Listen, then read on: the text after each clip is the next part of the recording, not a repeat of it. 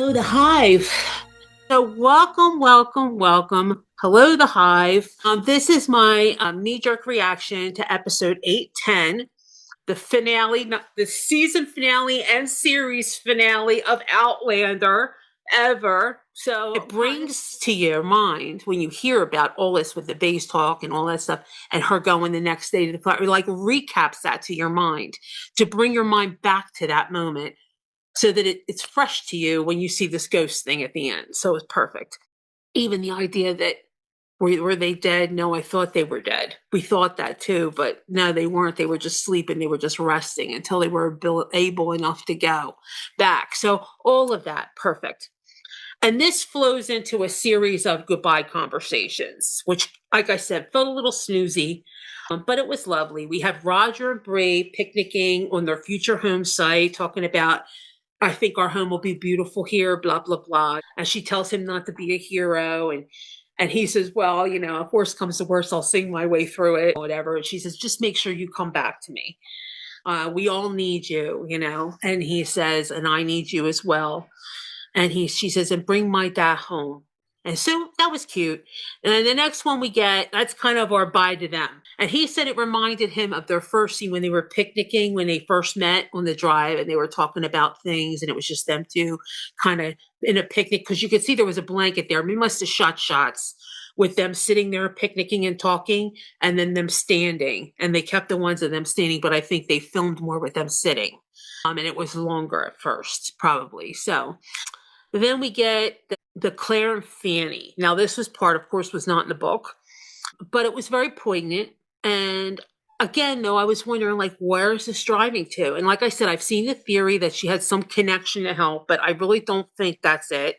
I just feel like that's too out there, too fantastical, all of that. I mean, maybe that's what they were going for, but I feel like that was a lot for that to be what they're going for, like to have the stone break and all this big whole conversation of their connection and all of that. Yes, it led into the little thing with the horn husk things, which felt very awkward in that spot in the middle of all this action. I really didn't want to go back to them there. I felt like it didn't do much. What it told me was if Claire dies, Feeney's going to take over for Claire because she's just bossy, telling everybody what they're going to do. We're going to be strong and they need us and da-da-da. And all the older women just going, yes, you're correct. It was weird. But anyway, I thought it was weird. And of course, these women, like who taught these women how to shuck corn? I mean, they live in the country. They live in the area where this would be second nature to these people. And they're peeling their corn very slowly, one little husk at a time. I was like, oh my God, it would take you like all day to peel like a dozen ears of corn. It cracks me up. I digress. Anyway, but very poignant. I really don't know what they're doing with that. I feel like there's something that we don't know. So I'm not going to downgrade on it until I know, but it's very emotional, very poignant.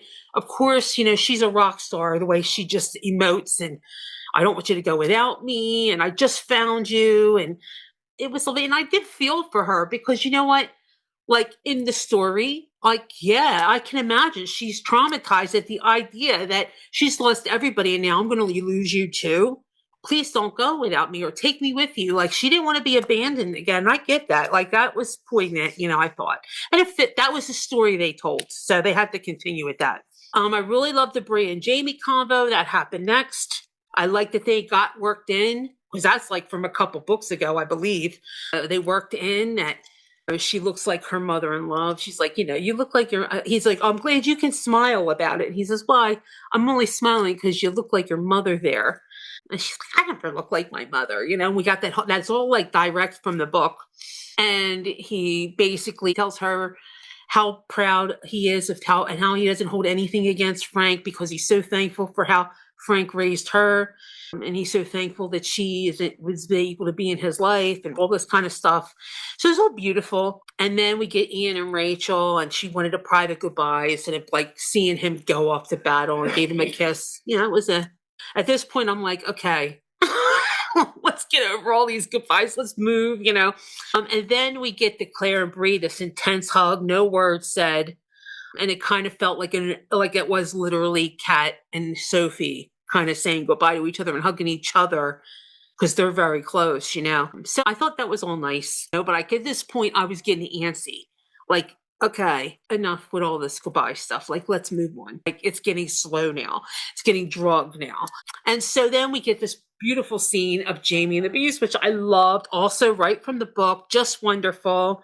Him telling them to take care of her. I trust you with her. All the bee stuff. I love being the queen bee and us being in Queen Bee's outlandish hive. Of course, I loved all that.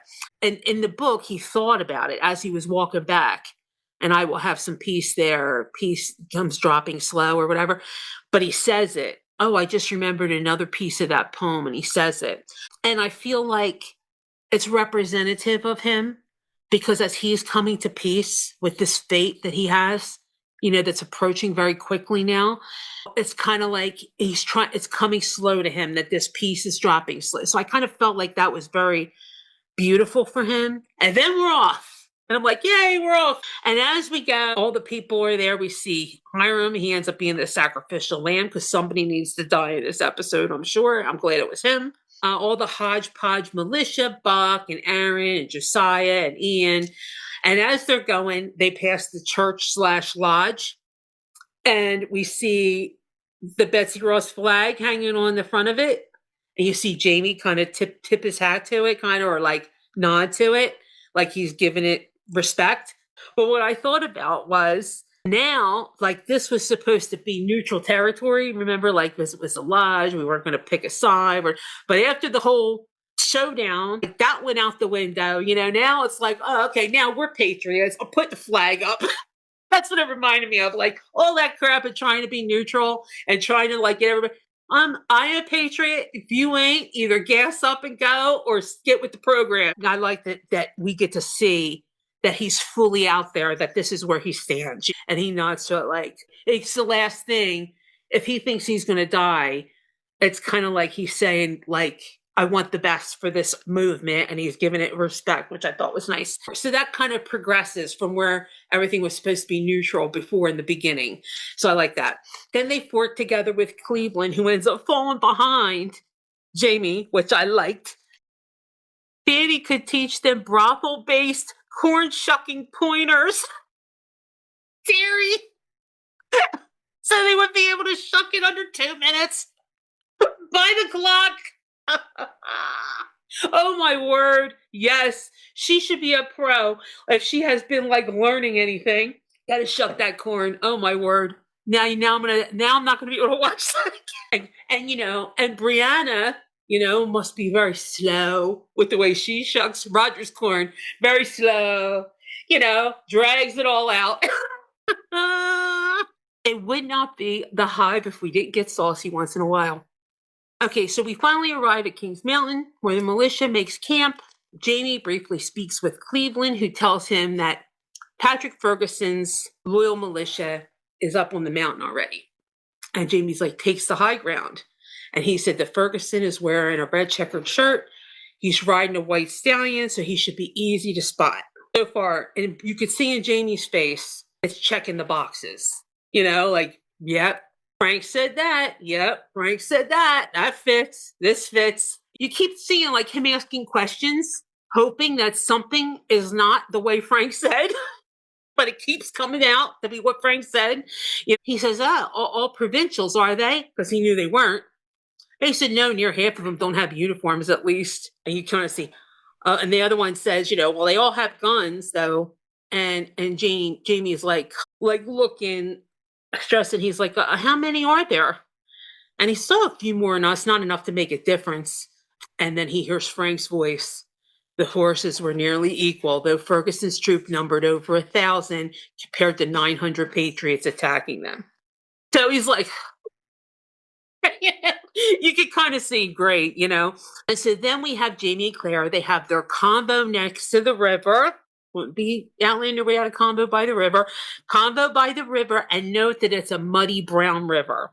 So it's almost like this, it's cloudy and it's mucky, and they kind of have this like dark change coming. It kind of felt like that. A lot of this dialogue also right from the book, but from different parts. And he says, if I die tomorrow, I'll ask three things of you, if he would. And she's, of course. He says, when you can, find a priest, have a mass said for my soul. And she's like, that's going to take a little time, but I'll do it. Closest priest is in Maryland.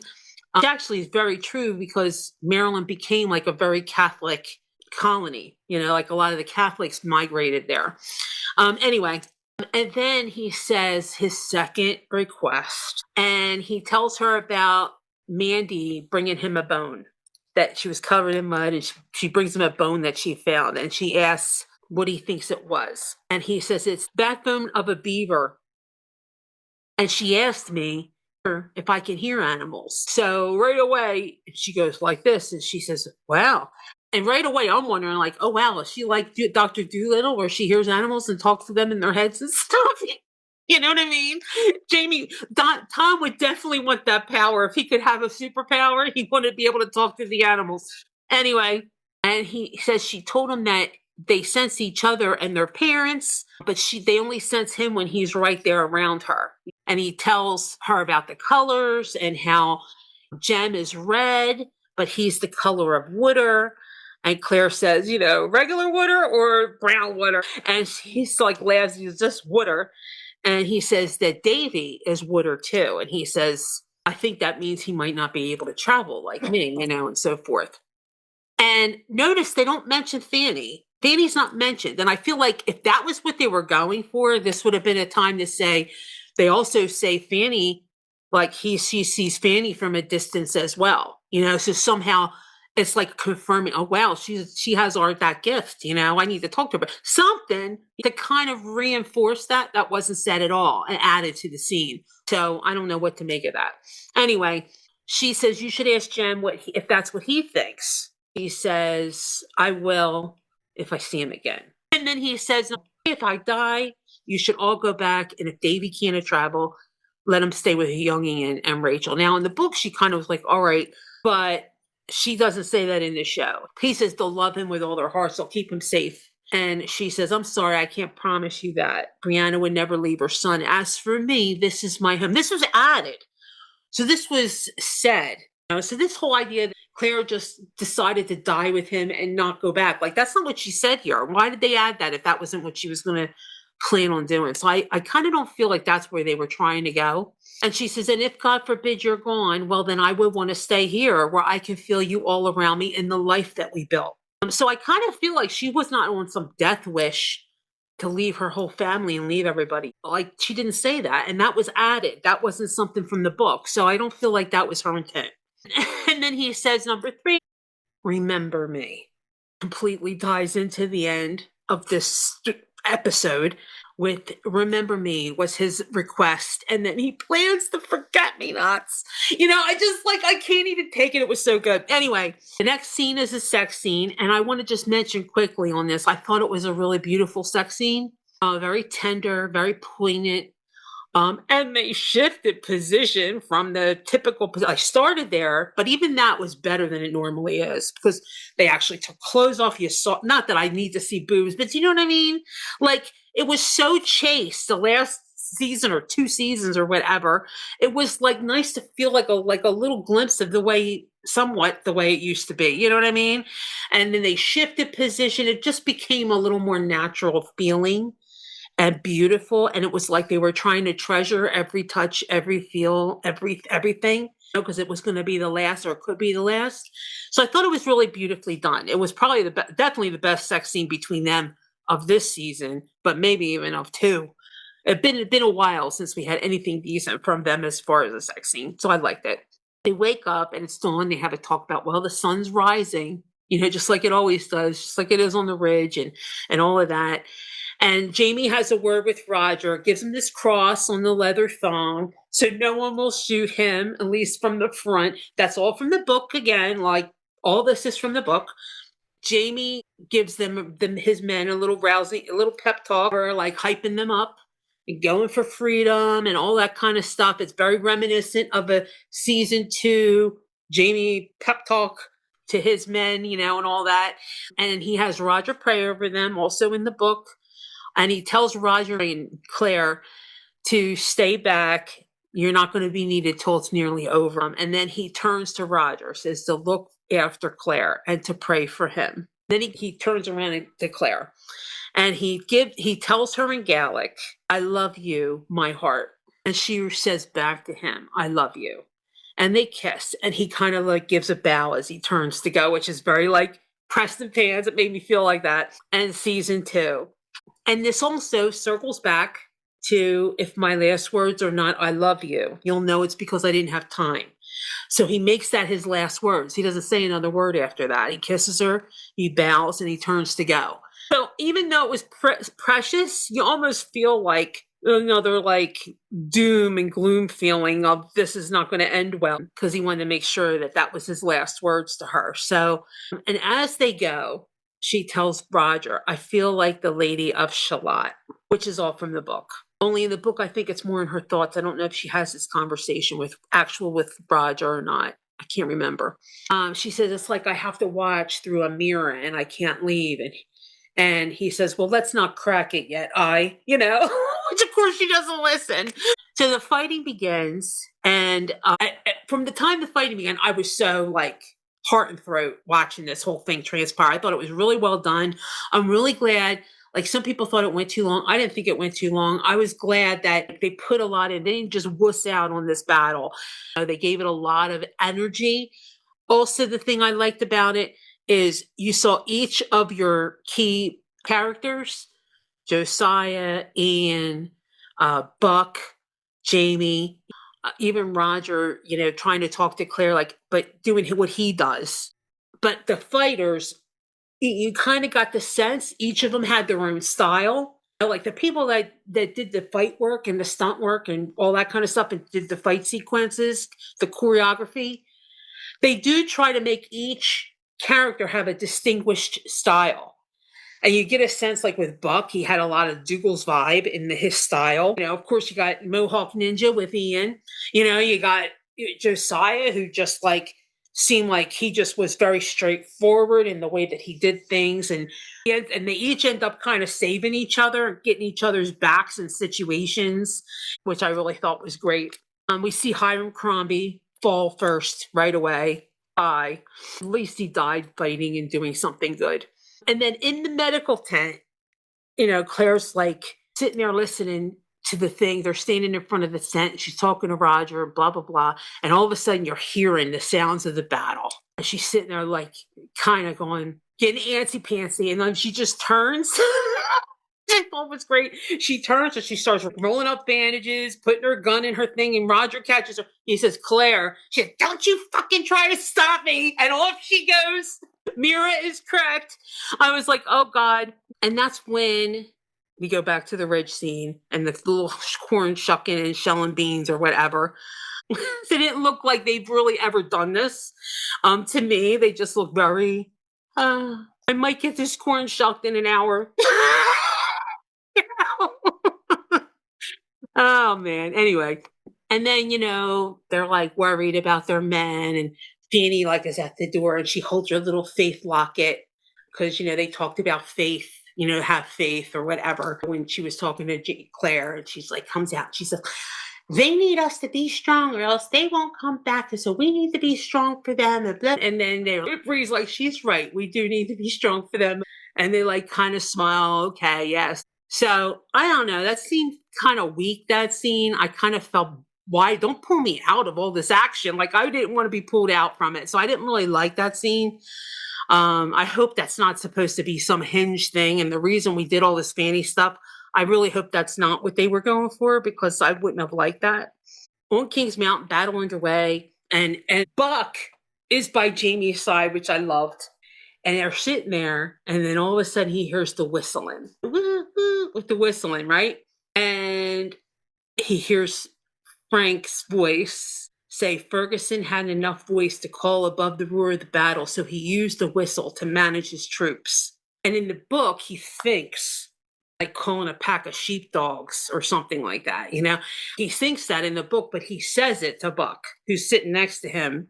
So like I like the way they crafted a lot of the thoughts into what they could in language, because a lot of this whole King's Mountain stuff is in the mind, is people's thoughts, because you shift character perspectives, and you get into the minds of different people. And so, like, a lot of this isn't actually dialogue that's said, but you kind of need to know how Jamie's hearing back, the voices, and what he's thinking and what Claire's thinking. So it's kind of very important, and it's a hard thing to do to transcribe the screen. So I thought they did a good job as much as they could. And once he identifies that the whistle is Ferguson, Jamie decides he's going after him. He's taking him down. You know what I mean? Like, if he could take him down, like, that would be ideal. That could end this whole thing, And so he's going after him. And so this was intense. It started getting very intense for me. My heart was in my throat, because at this point, I wasn't sure what they were going to do, because they knew they had to make a different ending. I wasn't sure how this was going to go. And so they're going on, and they're going up the thing, and all these people are almost dying and just being saved in the nick of time. And it was very intense. And then it gets close where Jamie starts to put the rifle down. He takes out a sword, and he starts to get kind of close up. And meanwhile, we see Claire making her way up the hill. Roger's trailing behind her, and she finds Hiram Crombie. She closes his eyes. She treats like a wounded person, tells him to go down to the thing. She sees Roger is trying to help a person that's fallen, and he's helping this guy go back. And so somebody comes tumbling down the hill, and it looks like Jamie. And, like, I don't know if it's Jamie at first or not, because I'm just like, what's going on? You don't know what's going on at this point. And so she goes over thinking it's him, but it's not him. And now that panicked her to see that and almost think it was him.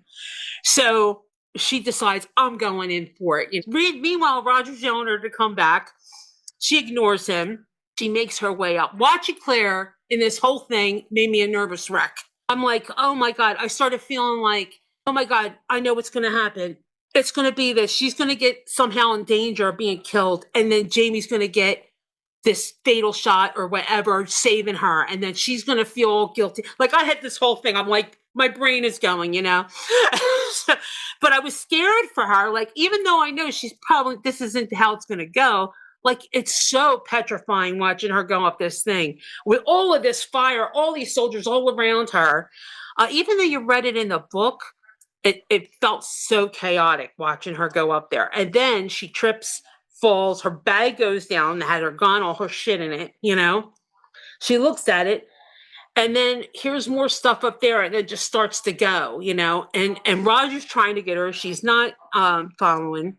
At one point, a redcoat charges Jamie. That's when Josiah throws the tomahawk, I think, at him or something, and hits him and saves Jamie. And I was just so worried at this point. And so she gets shelter under this kind of like log or something. And this redcoat sees her. She pulls out her gun, shoots the redcoat without even a thought. But you see her also at one point, she starts to go into PTSD like she did in season 2. Remember when she had the little PTSD breakdown? But us now having seen Bomb, it kind of has that mirror with Henry a little bit. And you see her start to go into it. In that moment, you see her start to kind of cower and start to go into it and then pull herself out of it because she's on a mission here. Jamie's on the line as she forces herself out of this PTSD. I was just like, oh my God, because the last thing she needed to be is go like catatonic in this situation. And who knows what they were going to do. And then all of a sudden, you hear things go. The British are retreating and they start to clear a little bit. And all of a sudden, Ferguson comes running up on his white horse at Jamie. And Jamie knocks, like, they swipe swords, and one of the swords breaks. I think it was Ferguson's sword. And he comes off of his horse, and they drag him away. And everybody's retreating. And he turns and he sees Claire. And they smile, it's over, Sassenach. They hug each other. And she's like, Frank was wrong. And I'm like, oh God, this is one of those things where like, no, watch. I'm thinking anything's going to happen. Now I'm thinking they're hugging and he's going to see something that's going to hurt her and he's going to turn and take the whatever. I didn't know what the hell was going to happen. I was so panicked at this point.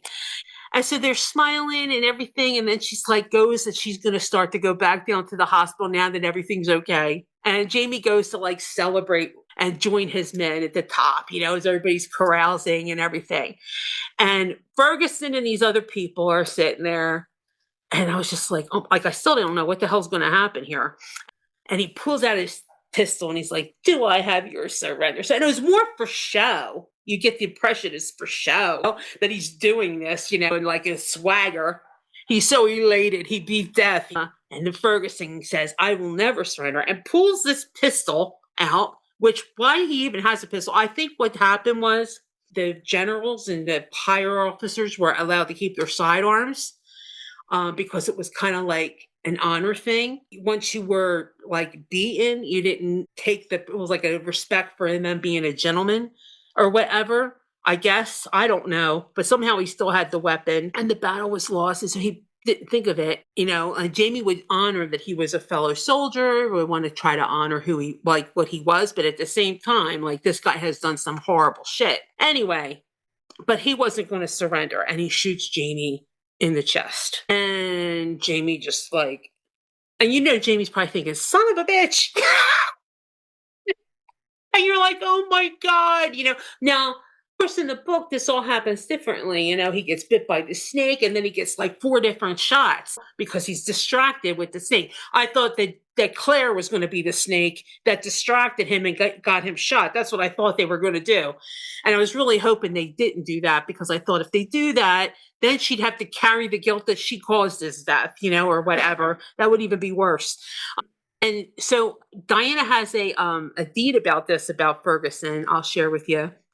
They were asking her about his surrender and why did he actually surrender? Why was he captured? Did he say he surrendered? And she said, yeah, I don't think he would surrender if he said that at the end. And so she said, no, he didn't do it in real life or death. He definitely didn't surrender, and he was carrying at least 1 pistol during the battle. He was shot several times but not killed and dragged off his horse, whereupon he was kicked and beaten to death and pissed on by a number of men by report, but then left for his supporters. I wouldn't exactly call him his men. They were provincial troops. Ferguson may have been the only professional soldier on the field, though some of the American colonels might have had army experience. They wrapped him in an ox hide, which is an historical record, and buried him on the field close to where he died. There's a memorial cairn for him. So they all pissed on him, his body, before they buried him. And she said that this may have been an answer to a famous letter he sent out to raise volunteers, in which he tells the prospective soldiers that if they were too cowardly to join him, they deserve to lose the name of being a man and be pissed on forevermore. And so, like, that's what they did to him in real life. So that's the real story of Ferguson, supposedly. I did like that when he was shot, Claire stops and feels the shot. And it was a great callback to her screaming at John, saying, if he was dead, I would feel it. I would know it. I would feel it in my heart. And so it kind of calls back, like she was that connected. She felt it in herself. And right away she turns and looks up and starts to go up the hill. This was, I said, is my issue here. There was no working on him. There was no fighting to save him. It almost was like she gave up a little, but she kind of just like, I got to stop. She started to, and then she just did it. And he started talking to her and she started talking to him. Also, as I said, we didn't get any shelter made by Ian and Roger. There was no Roger like there supporting Claire, Ian being there with the whole time, using their strength. I really wish they would have included that. And we get a few things that really give you a messianic quality. Like Diana always uses a lot of messianic elements in Jamie's story. And so we get a lot of that in this whole scene, in this episode. And one of the things, I got the feeling of it with, remember me, like some of the words, they kind of give kind of an allusion to Jamie, Jesus as he's dying. And where he says, I'm no afraid. And then he tells her to forgive me. They're on this stone that kind of looks like an altar stone. All of this, like he's this great hero passing on. And saying these little minimal words, like, how Jesus said the different words on the cross as he was dying. You kind of get all these different little elements to it. And it kind of plays into the ghost thing because oftentimes, like in Diana talks about this, she has a deed on it, but a lot of your in fairy folklore and all of that, and just a lot of folklore, they talk about how men of greatness, demigods, people that were treated in like literature as a messianic figure, those kinds of people, big giant hero types. There's stories made about how certain flowers came to be because they would grow in the footsteps of that hero's ghost, or in blood drops, and then would spring forth flowers and things like that. So that's, it kind of plays into his like her heroism in this whole episode, and his dying in this messianic way, and the way that it looked, and him on this altar looking stone of this broken stone and all this other thing. So it kind of plays into that vibe. And at one point, she says, "Where are you?" She yells out to the world, like it's almost as, and this is what I think happens. Well, let me look at the board before I get into my theory. He said, "Like dogs," with disgust. Yes. Okay. Sam's acting was amazing as the bullet hit him. I'm glad they killed Hiram. Well, Hiram dies in the book too. I mean, that's from the book too. Like, really, they did not strike. As much as they said they had to make their own ending, they did. Well, and this is one of the things I got to give them props for. They put as much book as they could, even in this ending. It didn't feel so strange. I was expecting like some totally different, foreign thing. I just thought it was done well. Sam did such a great job. The way he fell to the ground with the blood coming out of his mouth. Oh, God, the blood coming out of his mouth. I was like, oh my God, because like usually that is just in the book, his wounds ended up not being fatal wounds, just there was a lot of them. And so he was bleeding from different places, but none of them themselves, like, it could have been fatal. Like he could have bled out if he wasn't treated, and Claire was treating him, but they weren't like something where you're coughing up a lot of blood, and stuff. Usually that's not a good sign that you're going to make it. What's that? Like usually your lung is shot or your heart is shot or something. Yes. Terry says he looked like an effigy on a marble tomb. And in the books, Claire always knows that Jamie looks like a marble tomb. Like he always sleeps on his back with his hands folded in front on top of him. Yeah, he does. So my feeling is, this is what I think. When she started saying, "Where are you?" I kind of got the impression like they go from the idea, I think, of the Highland idea that when you die, like your soul, your spirit, your whatever, it stays around you. Like you're not fully gone yet. There's like residual spirit around. Remember when Frank was in the hospital and she said, "If you can still hear me," like as if he was still around, even though like he hadn't left yet. He was still with his body. And so she talked to Frank on the deathbed. Also, the Highland custom of opening the doors and windows so that the spirit can leave and stuff. So, like, they have an idea of that. And I think that plays into this a little bit because in the book, she says that she kept hold of his spirit and kept it there with her. So you almost get the impression that she's holding on to that and not letting it go and trying to like help sustain him as she goes. And so let me get back. I just wanted to note that as well. So some time goes by.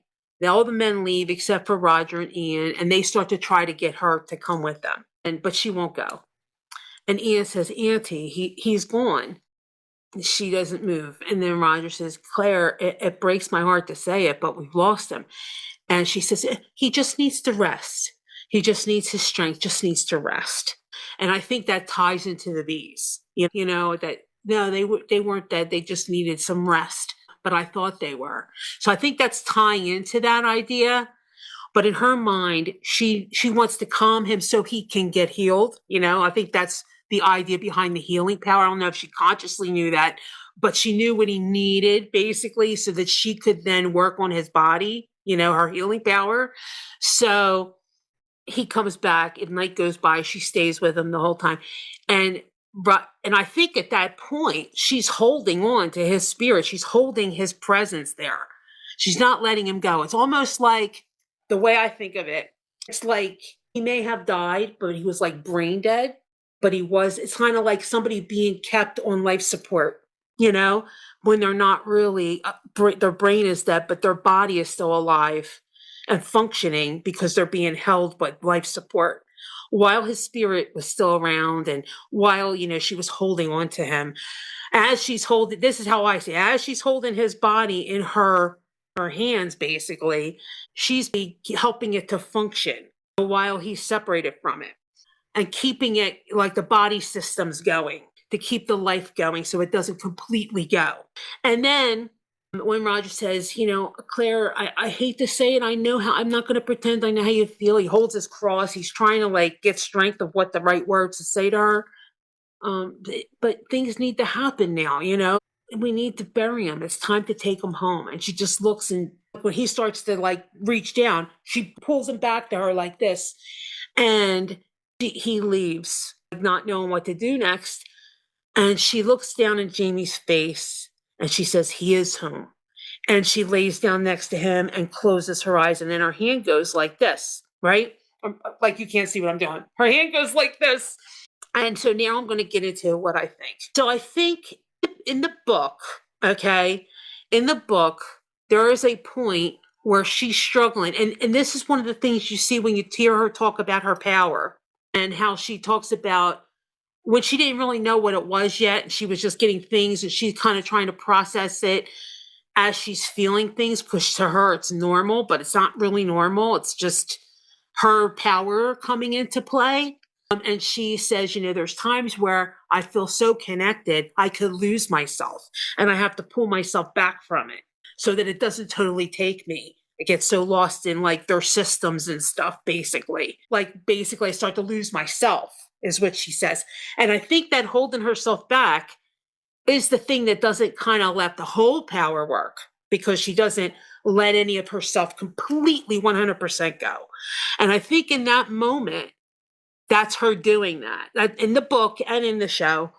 When you see her in the book, and then she says, when I couldn't do that anymore, last thing, I just gave it all. I let it all go, and she was basically out of it. And she said it was 24 hours before I came to myself again, in the book. I think that's what this is. It's her basically just losing consciousness, putting all of her healing power into him, basically to sustain him and to keep him going and all of that. And that's when at full tether is there, holding him there, holding his body working in place. That I think that's when his soul, his like spirit and everything, his ghost can travel, because she's 100% holding his body functions from completely dying. And I think what they're trying to show, when the camera comes up, starts to rise up and pull away, and you see this long overhead shot as they go, and you start to see the picture of him on this slab, and for this brief little teeny blink of an eye, you see the blue kind of start to go out, and then you go black. I kind of feel like the way that she's doing it with the camera, it's like his ghost, his spirit is separating and looking at her from afar. And I think that's when the ghost goes, because that's the next thing you see. Ghost goes to Inverness. And of course, I'm sitting there going, oh my God, freaking out, watching this. So, the ghost goes to Inverness. You see Claire brushing her hair in the window. And then you see the face, Jamie's face, moved looking at her and brushing her hair and just like absorbing it. And then you get the whole Frank and the way that they did it. I liked hearing how they did it. And so you see that, and he's looking up. And this is the night that she says the next day their story starts. And I think that light is like a tether, it's something that keeps him grounded so that he can leave without actually losing his body by doing it, and not that he's thinking consciously this, but I think that's what happens. He goes, and then the thing, and you get the ghost thing, him leaning and Frank coming up and, saying, excuse me. And then Jamie turning away. And it just has so much more gravitas now that this is happening when he has been with Frank and his voice in his head and reading his words all this time. And that's when this, not that this is the way it's going to be in the book, because like King's Mountain's long gone. The other thing I wanted to mention is he says, purgatory is no so bad. I've been there before. And Claire kind of looks at him like, what the hell are you talking about? I wanted to see what you guys thought about that mention as well, that he said that. You think he's talking about Culloden? What do you think he's talking about there? But anyway, so he turns and he walks away. Now Diana had this in the way she explained that she told him then to do was that he went to the Craignadoon first, then went to Inverness. They did it in reverse, which I can understand why they did it that way, but because it kind of adds to the buildup of what he does after he leaves there. So I kind of like it what they did. He and you see him disappear, and then all of a sudden you see the steps turn into grass, and I was just like, oh my god! And it goes up to the stones, and I was just like, oh my god! And then he goes to the one stone, which is the stone where she actually picks the flowers, because she doesn't pick the flowers at the center stone. She picks them at the side. If you notice, when you see, he goes to that stone first. And when he's at the center stone, if you look back, you'll see forget-me-nots had already grown up where he left that stone as well. We just didn't notice it because we see the ones as they're coming up here. And so he looks and he puts this is what I think happened. He put his hand on the rock and he looked up and he smiles. And you almost felt like in that moment, he was putting his energy into that stone. He was putting his wish and his longing into that stone. And remember, the show gives the stones a lot of credit. Like the stone in the show, the stones like think for themselves and send you where they want you to go. And like with Diana, it's a lot more scientific. It's a lot more you go to where you have a genetic connection and all that kind of stuff. And that was why it was always a question. Well, why did Claire go there? She didn't have any connection there. She didn't have, and then we started thinking, well, maybe because her parents are in that time now, like that's the connection.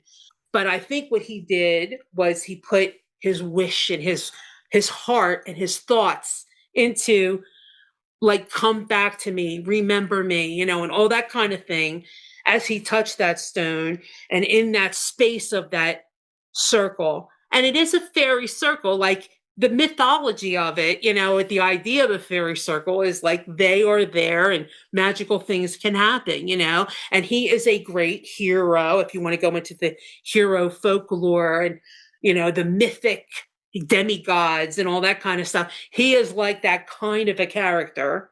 So he would have like the fairies would bless that, of the fairy hill, if you're going to go into the lore of it, like the fairy lore of it. And then like allow these flowers to grow in his path that are going to be needed to make this happen. And then he like walks off. And Diana says like he doesn't know those flowers are coming in. It's not like he intentionally says grow flowers in my footsteps, or he plants the flowers, or he even knows they're happening. It's like the answer to that, the plan, the destiny, whatever, And so it's his presence there, his longing as he touches the stone that puts the energy that draws her to come there. And when she touches the stone, sends her to where he is, because the last person that was there touching that stone was him. You know what I mean? Because when the women dance, they're not touching the stone. They're just like, doing this thing and going like this, but they never actually touch the stone. So really, he's the last one that is putting that energy into it. So I kind of feel like that's the thing of it. But that's where the light thing comes in. And with the whole blue power, whatever, that gave him like a path, I think, to come back to where this was happening. It was like a tether to keep hold on him while he's gone. And while she's passed out, and while he's gone, and while his body is kind of like detached, from where she could just work on it, like her power was still working, even if she wasn't aware of it. He doing whatever it could to like heal him, even though he wasn't present. Like she was like life support, but also working as she was life support, Then the camera come up top, and it's like his ghost again is there looking down, and you start to see him come, like the camera come down into it. You see the broken stone. It looks like this head, and they made a big deal talk about that it was that, that it's supposed to represent a broken standing stone. Oh, I don't know if they're trying to say King's Mountain is a what is one of the ley line places, that they were on a power place, and maybe that helped him have that connection in the ley lines, like to put that energy there. I don't know what that exactly means. What do you guys? You tell me what you think it means. And then as it comes down closer, closer, closer, I think that's his ghost. I think the camera is supposed to be like the point of view of his ghost. And then as the ghost comes back down to his body, you see very faintly underneath of like the sleeve of her arm and stuff like that, like very faint blue. It's almost like that blue that was around him. They should have showed it around him, but it's almost like that blue that was on him and touching him and soaking him up was pulling back into herself now. Like it's has served its purpose. And then at that point, just sitting in them for a while, you see this like blue thing, and then all of a sudden, and it's like done. And I just thought, and it's like the bees, like the sun is dawn. The sun has come out. They're like the bees that wake up that now can go home, which is gorgeous. And then I forgot at this part, that song begins to play as he goes to this pregnant Dune Hill. After he sees her, the song begins to play. The song is all about, I will always be with you. You will always be with me. I forget I didn't wanted to write the lyrics down and I didn't, but it kind of fits his mentality in this moment, and it's just beautiful. Ah, it was so great. It's just so full circle. It's beautiful that Diana encouraged it, so nobody can say crap that he stepped on her about the ghost, because that was a big thing everybody was bitching about. He better not touch that. That's Diana's to do. Blah, blah, blah. It's wonderful that she told him, if you don't do the ghost thing, we're going to scream. Like they will expect that because we opened with that. And he was kind of half-assed not wanting to do it, even though Sam wanted him to do it as well. He wanted to, but he didn't want to step on her toes. And her telling him, no, you need to do that.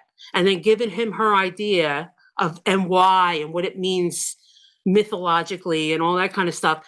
They liked it and they worked around that. And like, that's what they did. So it feels like so everybody together, beautiful. She says, to somebody that said, glad you suggested it. I really love that scene. She said, I'm glad they did it. It may have helped that Sam also wanted to show young Jamie briefly at the end. But on the other hand, I did tell Matt in writing, commenting on his early script, they're going to crucify you if you don't get the ghost in. I can't say whether or not it had any effect on the ending, but we do what we can. So I thought that was nice. Then the way that they talked about how they filmed it, they used the old filming, but then when they filmed it in studio, I guess against the blue screen, and then put the parts with view of Sam. So really blended. I thought they did a really good job on that. Oh, I forgot this too. As he walks away, this was another great thing. As he walks away from the Craig Nadoon thing, and the flowers are growing, as he walks away and the flowers are growing, we start this montage. And it starts right from the very beginning, where he sees Claire in the thing with the shoulder. And each moment, in chronological order, all the moments of them together and their lives. And it's almost like, I took it like, some people took it like it's life flashing before his eyes before he died, but I took it like this has happened now, and it's set this chain in motion that was allowing all of these things to happen. It's like now these flowers are growing that are now enabling this whole chain of events, and they're showing you the chain that events that happen as a result of this visit. That's how I took it. I mean, it could be his life flashing before his eyes, but if he's not really dead, that doesn't make a lot of sense to me. I felt like it was letting us see that this flower's growing now set, because it happens right out of that as he's walking away. It starts this chain of montage, beautiful montage, all the way up until this moment. And that's when you see him coming down into it. And it's just, I just loved it so much. I can't even express how much I loved it. And then, if that wasn't enough, okay, I was already thrilled, with that part of it. I saved a few things to tell you guys. I'll tell you at the end, though, about the flowers and stuff. Basically, it's a common thing in folklore, as I was telling you, but they also do it for the negative. Like if it's an evil person or an evil god or an evil man and it's their ghosts, they'll show like in their footsteps, like things die. And, you've seen that, where if it's in the presence of evil, it kills everything and things grow thorns and that kind of thing. You know what I mean? So it kind of works in both directions. If you were a good soul and a good spirit, it would bring positive in your footsteps and reverse if it's not. And also another thing I found out that the thing with the fairies and the flowers, the foxglove got the name foxglove because it's believed that the fairies created the foxglove to put on the feet of foxes so they could be slyer and quieter when they're hunting. And that's why it's called foxglove. They were made by the fairies to put on the feet of foxes. They wouldn't make noise. They could sneak up on their prey better. So I thought all of this was fantastic. Anyway, I just a little extra for you. And then we go through the whole credits. I watched all the credits because I just was like, I think I was like in the music, I was in the awe of it all. And I was just kind of like, and then all of a sudden, we get this whole other scene. I was like, oh my God. And we get into this modern scene. And I was wondering about this. Because like, wow, they never did anything with the book. I did wonder that at one point in the episode. And we get this scene in this, what's supposed to be the poison pen. We get the poison pen sign. And we go through, which I didn't know all the details of the scene until the second watch and after reading a little bit of stuff. But we go in and it's like all the crew, all the people that have been with the show from the beginning are all the people in there, including like Sam's driver, Tony, Meryl, the Suzanne Smith that does the casting. The script supervisor is the lady that gets the autograph. The lady that brings the books is Caroline Crawford that does the dialect coach. So it's like everybody in there is people involved with the show, which I thought was great. They bring this big stack of books with the original cover, which I thought was nice. And it's supposed to be like her tour for Outlander in the 90s when she released the book.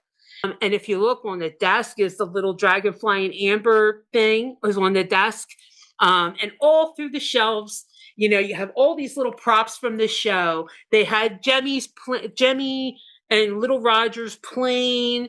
They had the puppet show from season 1, The Search. They had an orange sitting on the thing. They had a globe. They had the eye chart on the paddle that was painted from Claire's thing. The vase with the forget-me-nots behind Diana. And then Diana's all in blue. Note, she has her own rings, but the rings for Claire are modeled after her rings. So it almost looked like she's wearing Claire's rings, even though they're hers. She modeled Claire's rings after her. She wears a silver and a gold band, one that has like Jacobean. The silver has the Jacobean thing on it, and the gold is a extra wide band. And so that's what she calls that for the books. So like, it looks like she's inhabiting all these things. Also saw Esmeralda, the Esmeralda doll, all kinds of stuff in there. Hourglass, looked like that long, big clock, looked like the clock, I think, from when they check into Mrs. Baird's bed and breakfast, and there's like that clock on the wall that it like focuses in on for a minute when they come into a shot. A whole bunch of stuff. So it was really cool, all these little things, all these little doodads. And it was just great. I loved the tribute to Diana. And then on the books, all the people that were involved in the show made book titles that all kind of fit their description of what they do, but in a funny way of a book title. And the ones that I saw a bunch listed, but ones that I didn't see listed, but I saw on the shelf was Bear McCreary had a book. Can't remember the title of it. They basically did books for everybody on the shelves, which I thought was cool. And like they get to kind of probably take one of them home, or whatever, and have it as a souvenir. So I just loved it. And then she asked her as she writes it to her thing, oh, yes, okay. And she said, I've seen that book with you at your last book signing, what does it mean? And she goes, oh, she said, just a wee bit of inspiration. And she smiles. And that's like the last shot. I just thought it was perfect, It was perfect and it fits the title because it's the last line in that very book, you know? It's just so good. But I really do think this episode, I thought for a series finale, for a long running show like this, adapted from books that aren't finished, there was a lot of worry it was going to be like Game of Thronesy or whatever, but it wasn't. I thought it was the best, the ending, the back half, whatever you want to call it. I think, except like minor things like I wish the blue was bigger, or wish it lasted just a second or two longer. I wish we had Roger and Ian doing what they did in the book, where they were like she used their strength.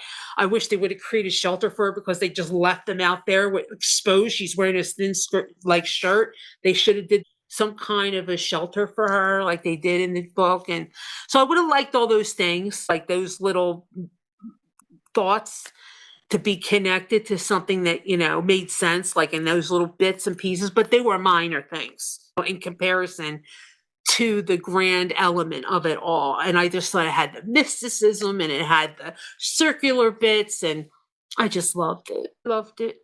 And yes, he might have looked dead, and then people, oh, I forgot to say this too. So, you know how we were saying what was the purpose of the faith thing?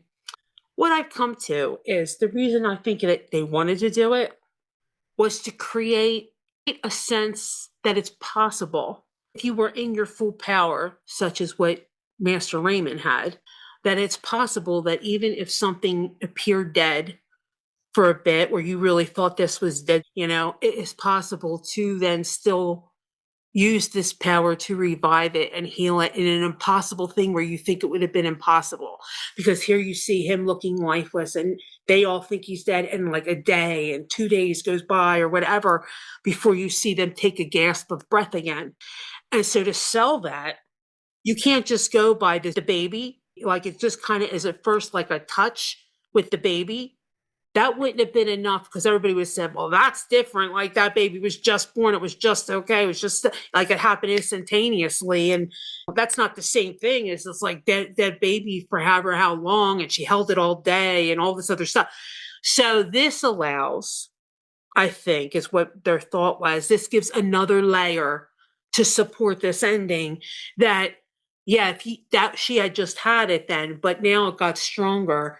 And when it was stronger before, this was able to happen with this same power, And I think that's why they wanted to have it in there. I think that was the reasoning.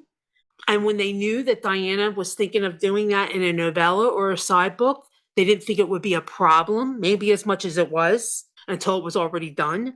And then they thought, well, that would be good to bring that out because it would add another layer of that whole storyline in there to make the end more believable for people because they already have this base. I think that might be one of the reasons that they went this route, like what they were trying, how it was trying to serve. I know nobody likes the idea of it. You know what I mean? Like, I know everybody's mad about it. I'm not saying it was great to do.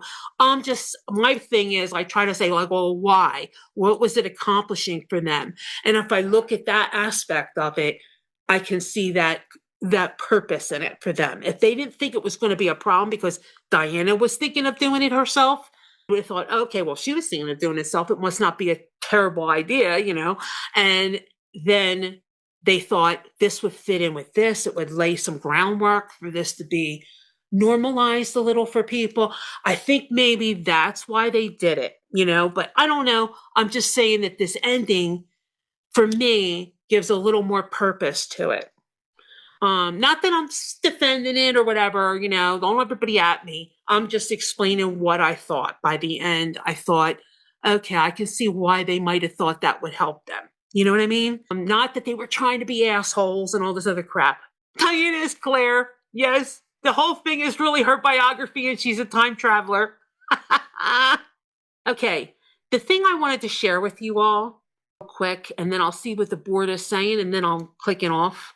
I hope that I've had something new to tell you or something that new insight, because I know every insight in the planet's been going around and every podcast has already been heard by you guys because I know you've been dying to hear from me. So you've been gobbling up everything. So I hope I'm saying something interesting. And it's not like, yeah, Ange, we're already there. I left this message on somebody that posted something on Blake and Mary's page, and I kind of left a long post. So I wanted to share it with you because somebody said, I don't understand what was the purpose. If they just live, it's like what's changed? Nothing's really changed in the story. There's no purpose to everything, and I don't understand. Like even with the ghost thing, like nothing really changed. And I was just like, what?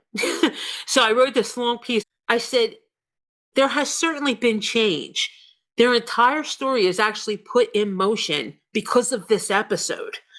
There would be no story, no saga at all, no family relationships that were recognized and cherished in this last episode without the events of this episode. Jamie put the whole thing in motion because he died in this episode, allowing his ghost to put the final pieces in place that would bring Claire back to him and allow their story to exist. Also, another thing that changed is Claire came into her full power with her healing. Her hair is white. Prophecy fulfilled. That's another major change. I don't know where this I did nothing change thing came from. I said, and they didn't get into it in the show because we ended at King's Mountain, But in the book, when we get past King's Mountain, I said Jamie has somewhat changed because he is now kind of has certain aspects of a half ghost in the book, like Satcham, because he has kind of been dead and came back. It's kind of talked about. I said, so he's more connected to the space between.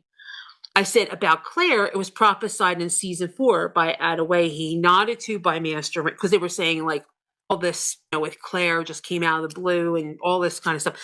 I said it was prophesied in season 4 by Adaway, nodded to by Master Raymond. This entire season has been pointing to Claire's power emerging and what that means. The Faith story, and yes, I know you all hate it, tells you what is possible if Claire ever reaches a full power of this type. And I said, then you have the twin baby revived with the hint of her healing emerging. This climactic aspect of Claire has been fed and seeded all season. And in past seasons, in the finale, she reaches the fuller version of her power because of her intense connection to Jamie.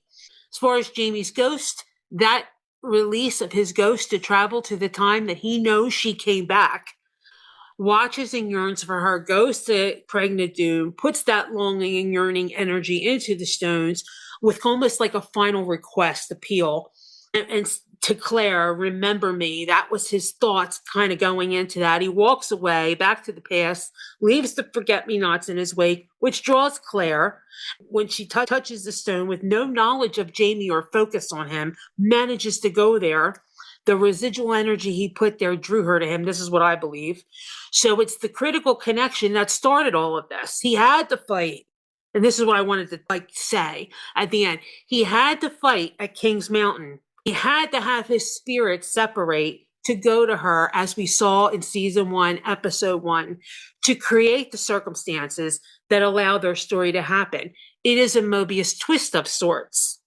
The same thing happens with Roger. He intervenes in situations in 3 separate times that we see in the show, 3 separate times that allows him to exist in the future.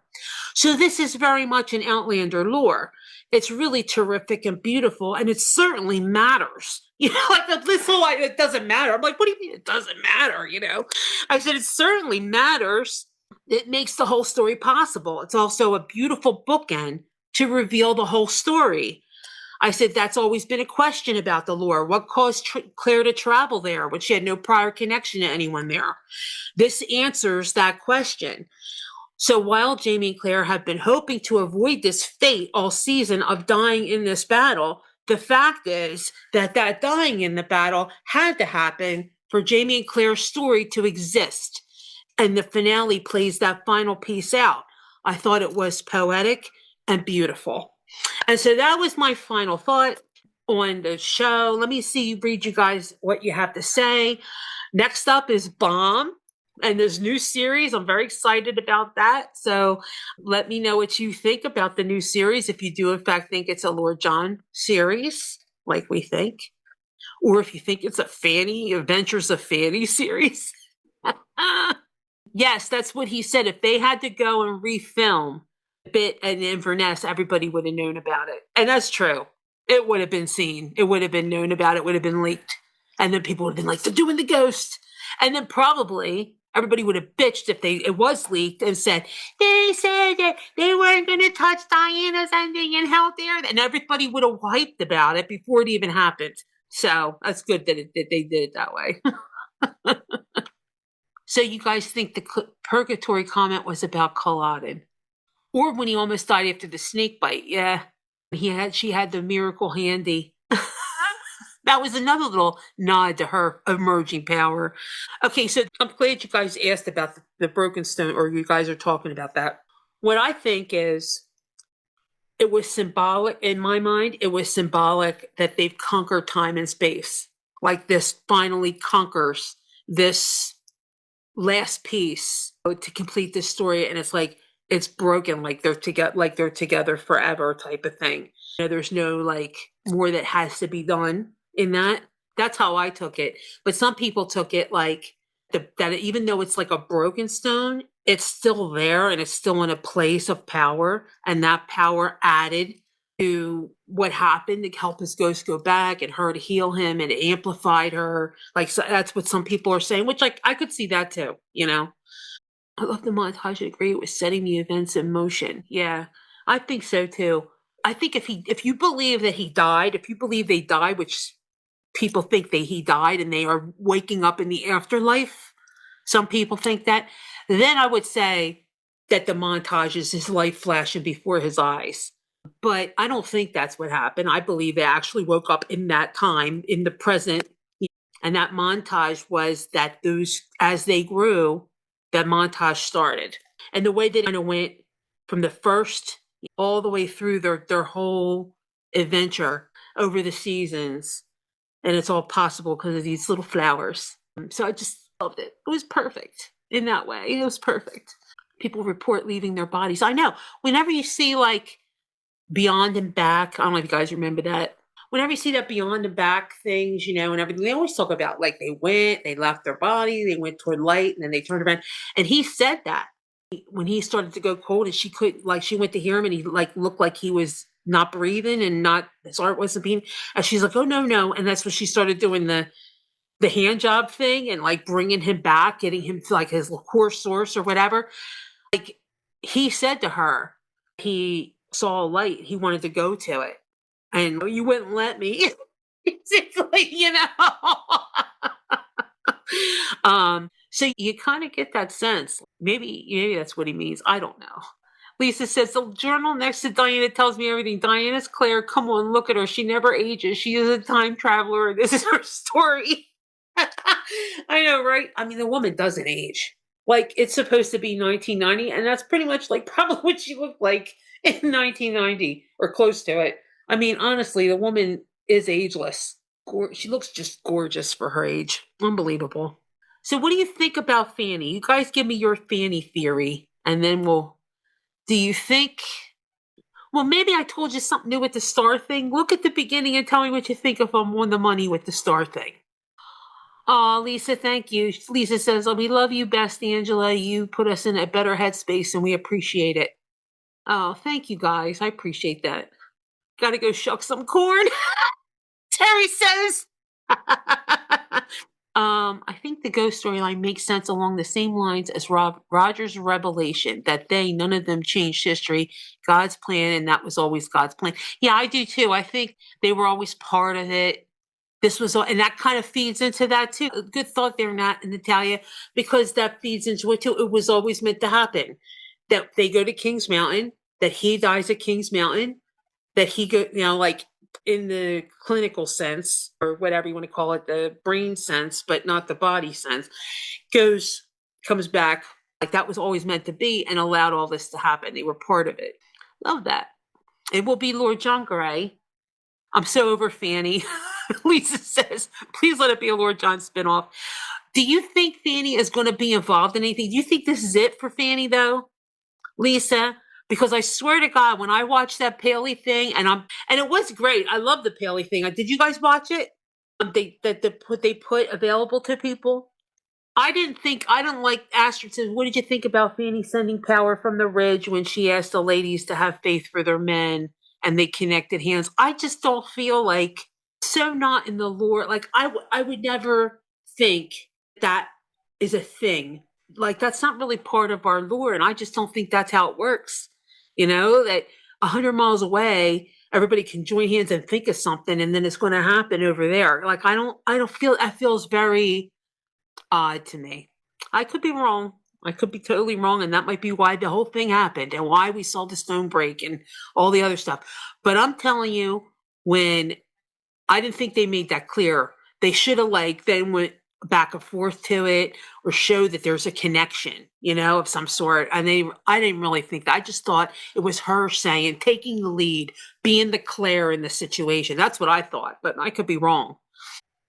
But when you go, if you haven't watched it yet, watch the Paley if it's available. I don't know if it was just a one time live watch it or if it's available.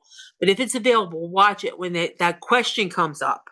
Watch everybody on the panel's facial expressions. Because like um Kat and Sam go give this kind of look to Matt, like, are you gonna say anything?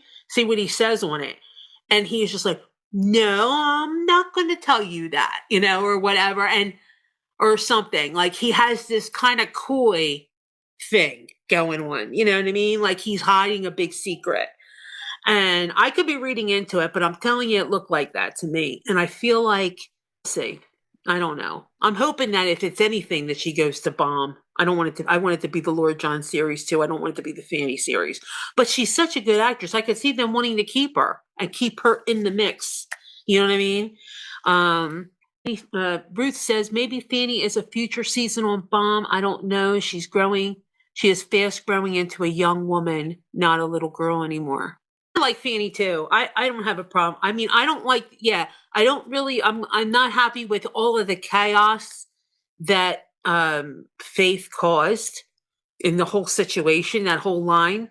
I think what they thought might have been a good thing to do for this story and to help give foundation to this story actually worked against them because of people's, anger about the 207 Faith. But I will say, I said it before and I will say it again. Note that Tony wrote 207, Tony wrote 716, okay? And Tony wrote this episode 807. She wrote all three episodes that have to do with this. So if anybody was going to have a problem with it ruining 207, it would have been her. But apparently she wanted it. She wanted to do that story. Like, because Tony gets first crack at whatever episode she wants to do. So she picked these. So apparently whatever they did, like she didn't think of it as hurting her story, hurting what she did in 207. But I think they also wanted to explain how somebody could be gone or be that long down all day being held by Claire and then still brought back. I think they wanted to try to find a way to establish that as a possibility so it would be more plausible when it happens with Jamie at the end. I think that's why they did it. I don't know. I'm just guessing. But I like Fanny and I like Flory that plays her. I can totally see if they want to use her by sending her back or whatever. We'll see. What did you guys think about what I'm saying? Do you think that might have been their thought process in it, or do you think I'm just trying to find a rosy side of it? I literally, that's what I do when I do adaptation chats and stuff. When I do it afterwards, the deep dive analysis with the bomb buzz thing that I do, and deep dive where I kind of look at like the adaptation choices and what they exactly did and what purposes are. I'm so used to doing that for that to see the purpose, what it did for the episode. If they change something, what does it? That's my first question. What purpose does it have? What does it add to the story? Why would they make that change? What were they trying to do with it? So I always ask that about adaptation anyway. It's just in me to do that. I've been looking for it. And I said, well, I'm going to let it go and see what happens by the end and see if somehow I get more of a vibe of what they were thinking. So that's what I came to. I don't feel good about what they did with Marsley, but I do feel like I see at least their choice. I think what happened with Marsley was that Ron was more writing that episode. And I think his thought was, let her, be large and in charge and take over her life and do her thing and take and be like hello, like she's a woman alone with all these kids. in an area that freaking hates her and throws shit at her every day in a marketplace and leaves threatening shit and burned her thing down. Like, what are you talking about? She doesn't need to be large and in charge. Let her be on the let the family on the ridge. What are you doing? I don't know why they did. I wish they hadn't have done that. Oh well.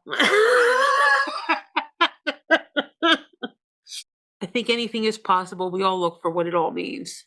Tony retconned her own episode in 207, blasphemy. I know. And then she tries, like, they tried to lessen it. That's what bothered me. They were like, I held her for a little, like as if it was just a momentary bit that she held her. I'm like, no, you held her all damn day. They had to pry her out of your hands. Oh, fictitious book for Tony is called, I'm going to say, Wouldn't It Be Cool?